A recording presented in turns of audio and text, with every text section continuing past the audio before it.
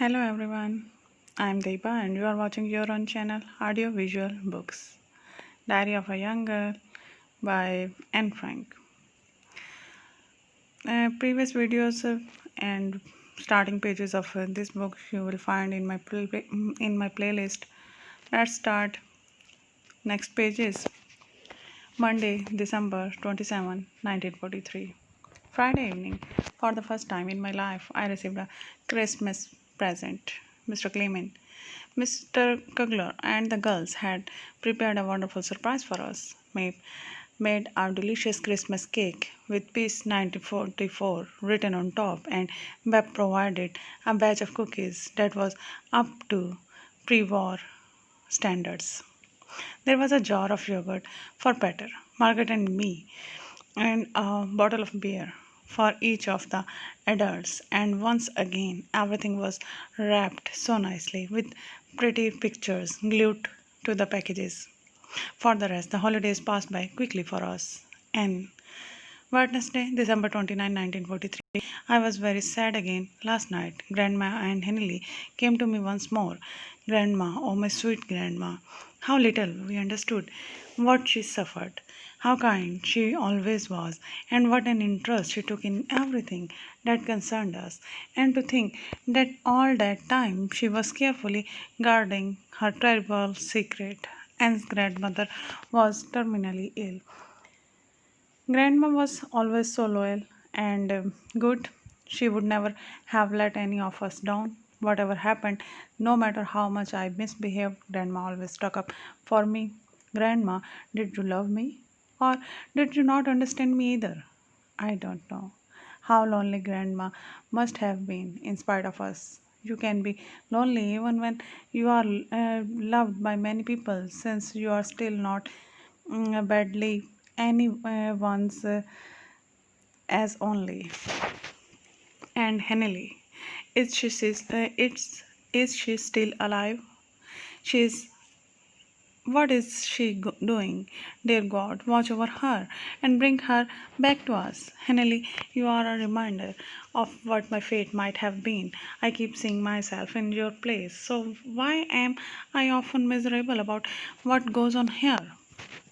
Should not I be happy, contented, and glad? Except when I am thinking of Anili and those suffering along with her, I am selfish and cowardly. Why do I always think and dream the most awful things and want to scream in terror? Because, in spite of everything, I still don't have enough faith in God. He is given me so much. He has given me so much which I don't deserve, and yet each day I make so many mistakes. Thinking about the sufferings of those you hold dear can reduce you to tears. In fact, you could spend the whole day crying. The most you can do in is pray for God to perform a miracle and save at least some of them. And I hope I am doing enough of that. And Thursday, December 30, 1943. Dearest Kitty, since the last drugging quarrels, things have settled down here. Not only between ourselves, Rosalind, upstairs, but also between Mr. and Mrs. Wendy. Nevertheless, a few dark thunderclouds are heading this way, and all because of food. Mr. Wendy came up with the ridiculous idea of frying fewer potatoes in the morning and saving them for later in the day. Mother and Dozel and the rest of us did not agree with her, so now we are driving up the potatoes as well. It seems the fat and oils are not being doled out fairly, and mother's going to have to put a stop to it. I will let you know if there are any interesting developments. For the last few months now we have been separating up the meat. There's with fat, out without. The soup, they eat it. We don't. The potatoes, there's peeled, ours not. The extras, and now the fried potatoes too. If only we could split up completely. Yours then. P.S. Beb had a picture postcard of the entire royal family copied for me. Juliana looks very young, and so does the queen. The three little girls are adorable. If it was incredible sense of Bep, don't you think? Sunday, January 2, 1944. Dearest Kitty, this morning when I had nothing to do, I lived through the pages of my diary and came across so many letters dealing with the subject of mother in such a strong term that I was shocked. I said to myself, Anne, is that really you talking about hate? Oh, and how could you? I continued to sit with the open book in my hand and wonder why I was filled with so much anger and hate that I had to confide it all to you. I tried to understand the end of last year and make apologies for her because as long as I live with these accusations and don't attempt to explain what prompted them, my conscience would not be clear. I was suffering then and still do from moods that kept my head underwater, figuratively speaking, and allowed me to see things only from my own perspective without calmly considering what the others, those whom I, with my mercurial temperature, had hurt or offended, had said, and then acting as they would have done. I hid my inside myself, thought of no one but myself, and calmly wrote down all my joy, sarcasm, and sorrow in my diary because this diary has become a kind of memory book. It meant a great deal to me, but I could easily write over and done with on many of its pages. I was furious at mother and still am a lot of the time. It is true, she did not understand me, but I did not understand her either. Because she loved me, she was tender and affectionate, but because of the difficult situation I put her in and the sad circumstances in which she found herself, she was nervous and irritable. So I can understand why she can often shout with me. I was offended, took it for too much to heart, and was insolent and beastly to her, which in turn made her unhappy. We were caught in a vicious circle of unpleasantness and sorrow. Not a very happy period of either of us, but at least it is coming to an end. It did not want to see what was going on, and I felt very sorry for myself, but that is understandable too. Those violent outbursts on paper are simply expressions of anger that in normal life I could have worked off by locking myself in my room and stamping my foot a few times or calling mother names behind her back. The period of tearfully passing judgment on mother is over. I have grown wiser and mother's nerve are a bit steadier. Most of the time, I manage to hold my tongue when I am annoyed, and she does too. So, on the surface, we seem to be getting along better. But there is one thing I can't do, and that is to love mother with the devotion of a child. I soothe my conscience with the thought that it is better for unkind words to be down on paper than for mother to have to carry them around in her heart. Years End. Thursday, January 6, 1944. Dearest Kitty, today I have two things to confess. It is going to take a long time, but I have to tell them to someone, and you are the most likely candidate. Since I know you are, you will keep a secret no matter what happens. The first is about mother. As you know, I have frequently complained about her and then tried my best to be nice. I have suddenly realized what is wrong with her. Mother has said that she sees us more as friend than as daughter. That is all very nice, of course, except that a friend can't take the place of a mother. I need my mother to set a good example and be a person I can respect. But in most matters, she is an example of what not to do. I have the feeling that Margaret thinks so differently about these things that she had never be able to understand what I have just told you and father avoids all conversations having to do with mother. I imagine a mother as a woman who first and foremost possesses a great deal of tact, especially toward her adolescent children, and not one who, like Momsy, pokes fun at me when I cry. Not because I am in pain, but because of other things. This may seem trivial, but there is one incident I have never forgiven her for. it happened one day when I had to go to the dentist. Mother and Margaret planned to go with me and agreed I should take my bicycle. When the dentist was finished and we were back outside, Margaret and mother were very sweetly informed me that they were going downtown to buy or look at something. I don't remember what, and of course I wanted to go along. But they said I could not come because I had my bike with me. Tears of rage rushed to my eyes, and Margaret and mother began laughing at me.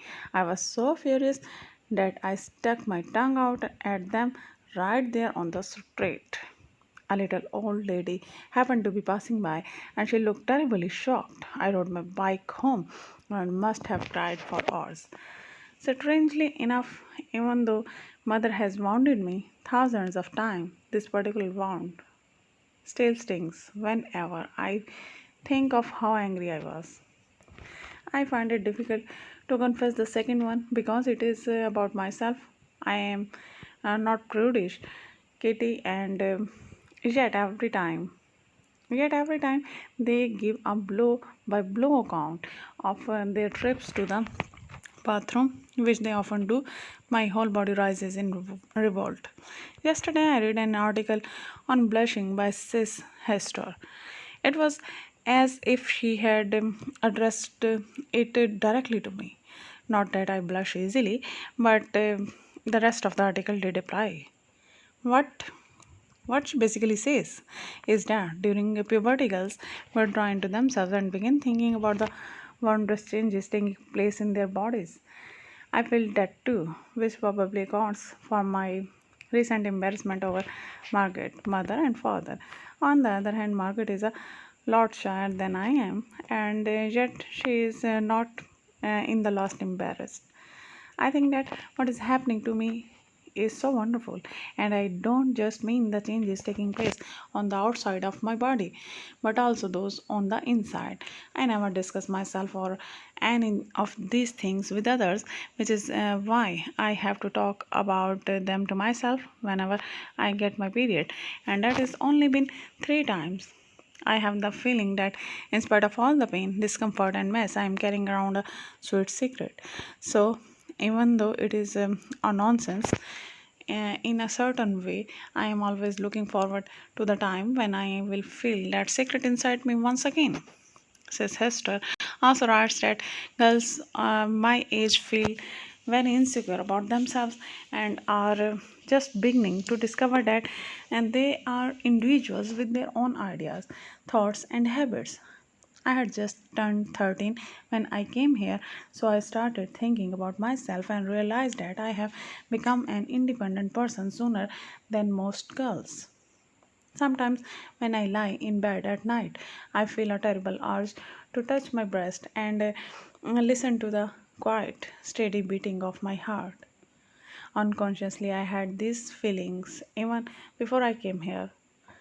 Once, when I was spending the night at Jackie's, I could no longer restrain my curiosity about her body, which she had always hidden from me and which I had never seen. I asked her whether, as proof of our friendship, we could touch each other's breast. Jackie refused. I also had a terrible desire to kiss her, which I did. Every time I see a female nude, such as the Venus in my art history book, I go into ecstasy. Sometimes I find them so exquisite. I have to struggle to hold back my tears. If only I had a girlfriend. Thursday, January 6, 1944.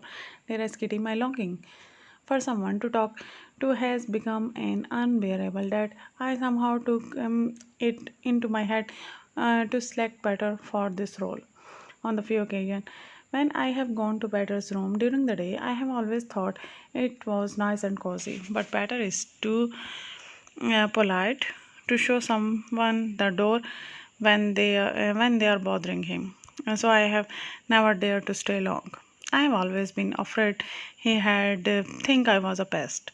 I have been looking for an excuse to linger in his room and get him talking without he's noticing, and yesterday I got my chance. Peter, you see, is currently going through a crossword puzzle craze, and he does not do anything else all day. I was helping him, and we soon wound up sitting across from each other at his table, Peter on the chair and me on the divan. It gave me a wonderful feeling when I looked into his dark blue eyes and saw how bashful my unexpected visit had made him. I could read his innermost thoughts, and in his face I saw a look of helplessness and uncertainty as to how to behave, and at the same time a flicker of awareness of his masculinity. I saw his shyness and I melted. I wanted to say, "Tell me about yourself," look beneath my chatty exterior, but I found that it was easier to think up questions than to ask them. The evening came to a close and nothing happened except that I told him about the article on blushing. Not what I wrote you, of course, just that he would grow more secure as he got older. That night I lay in bed and cried my eyes out. All uh, while I all the while making sure no one could hear me. The idea that I had to beg better for favor was simply revolting. But people will do almost anything to satisfy their longings. Take me, for example. I have made up my mind to visit Peter more often and somehow get him to talk to me. You must not think I am in love with Peter, because I'm not. If the Van Dons had a daughter instead of a son, I had have tried to make friends with her. This morning I woke up just before 7 and immediately remembered that I had been dreaming about. I was sitting on a chair and across from me was Peter. Peter's gift. We were looking at a book of drawings by Mary Boss. The dream was so vivid, I can even remember some of the drawings. But that was not all. The dream went on. Peter's eyes suddenly met mine, and I started for a long time into those velvety brown eyes. Then he said very softly, "If I had only known, I had have come to you long ago." I turned abruptly away, overcome by emotion, and then I felt a soft, oh so cool and gentle cheek against mine, and it felt so good, so good. At that point, I woke up, still feeling his cheek against mine and his brown eyes staring deep into my heart, so deep that he could read how much I had loved him and how much I still do. Again, my eyes filled with tears, and I was sad because I had lost him once more, and yet at the same time glad because I knew with certainty that Peter is still the only one for me. It is funny, but I often have such vivid images in my dreams. One night I saw Grammy. Grammy is Anne's grandmother on her father's side, and her grandmother on her mother's side. So clearly that I couldn't even make out her skin so soft and crinkly velvet. Another time, Grandma appeared to me as a guardian angel. After that, it was Henley who still symbolizes me to me the suffering of my friend, the suffering of my friends as well as and that of Jews in general. So that when I am praying for her, I am also praying for all the Jews and all those in need. And now, Peter, my dearest Peter, I have never had such a clear mental image of him. I don't need a photograph, I can see him oh so well. Yours, Anne. Friday, January 7, 1944. Dearest Kitty, I am such an idiot. I forgot that I have not yet told you the story of one true love. When I was a little girl, way back in kindergarten, I took a liking to Sally Kimmel. His father was gone, and he and his mother lived with an aunt.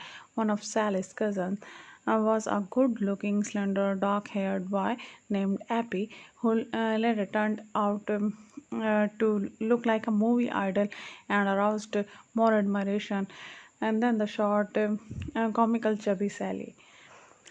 For a long time, we weren't everywhere together, but aside from that, my love was unrequited until Peter crossed my path. I had an out and out crush on him. He liked me too, and we were inseparable for one whole summer. I can still see us walking hand in hand through my neighborhood, Peter in a white cotton suit and me in a short summer dress. At the end of the summer vacation, he went to the seventh grade at the middle school while I was in the sixth grade at the grammar school. He had picked me up on the way home, or I had picked him up. Peter was the ideal boy, tall, good looking, and slender with a serious, quiet, and intelligent face. He had dark hair, beautiful brown eyes, ruby cheeks, and a nicely pointed nose. I was crazy about his smile, which made him look so boyish and mischievous. I had gone away to the countryside during summer vacation, and when I came back, Pat was no longer at his old address. He had moved and was living with a much older boy who apparently told him I was just a kid because Peter stopped seeing me. I loved him so much that I did not want to face the truth. I kept clinging to him until the day I finally realized that if I continued to chase after him, people would say I was boy crazy. The years went by. Peter hung around with girls his own age and no longer bothered to say hello to me. I started school at the Jewish Lyceum, and several boys in my class were in love with me. I enjoyed it and felt honored by their attention, but that was all. Later on, Hello had a terrible crush on me, but as I have already told you, I never fell in love again.